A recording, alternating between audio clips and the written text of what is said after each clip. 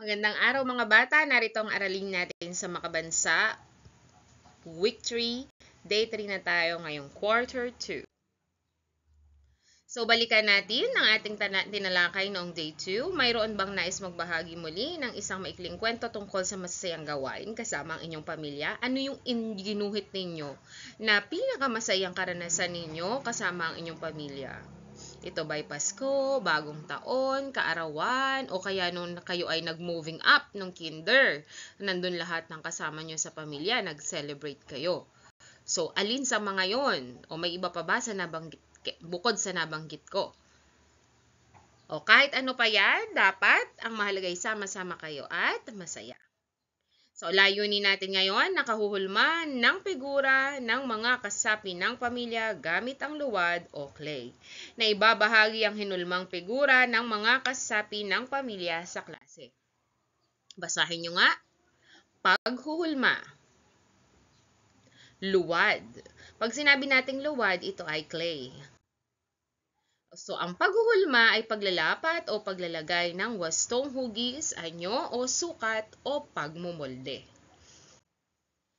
Ang paghulma gamit ang luwad ay ang paggawa ng mga hugis o anyo gamit ang malambot na luwad or clay, kagayang ng nakikita ninyo sa larawan.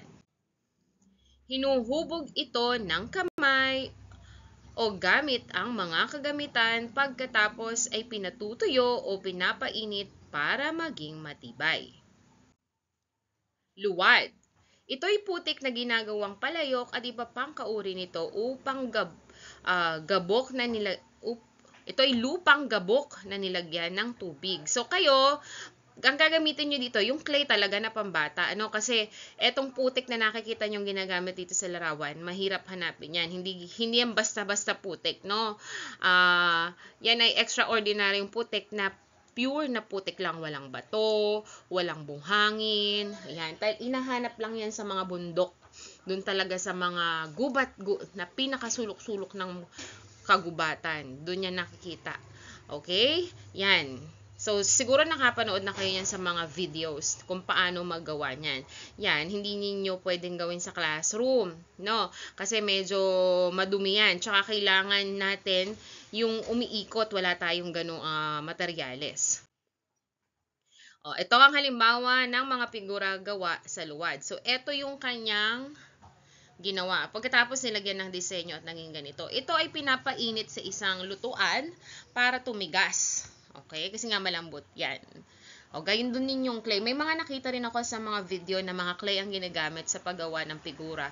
Tapos, ino-oven naman nila para tumigas. O, halimbawa ng mga figurang gawa sa luwad or clay. Ito yung mga putik na espesyal. Yan, palayok. Ito naman, pwede kayong gumawa ng tao. O, yan, ito pa. Ilan lang yan sa mga halimbawa sa paggawa ng o paghuhulma gamit ang luwad or clay. So ngayon, maaari kayong gumamit ng clay para hulmahin ang inyong pamilya. So etong step by step, mga kailangan luwad or clay, tubig para palambutin ang luwad. Dahil malambot na ang clay, pwede na kayong hindi gumamit ng tubig. Plastic na kutsilyo o toothpick. Yan, para pag-shape ng mata, ganun. Kulay o pintura. Una, paano nyo ba ito gagawin? Gumawa ng ulo, kagaya na nakikita nyo. Pwede ring pabilog, hindi ganyan. Gamit ang luwad, gumawa ng maliit na ulo para sa ulo ng bawat miyembro ng pamilya. Next, gumawa ng katawan o gumawa ng hugis itlog parang rektangulo para sa katawan. Idikit ang ulo sa katawan. Yan. Next, gumawa ng braso at paa o gumawa ng maliliit na piraso para sa mga braso at paa. Idikit ito dyan. O, next, paano naman gumawa ng buhok o gumawa ng maliliit na linya o bilog para sa buhok at idikit ito sa ulo. Yan, pwede kayong gumamit ng toothpick para malagyan nyo ng hugis-hugis na ganyan yung buhok. Hayaang matuyo o ilagay ang figura at hayaan itong tumigas. Pinturahan kapag tuyo na, pinturahan ito ng makulay para mas maging maganda.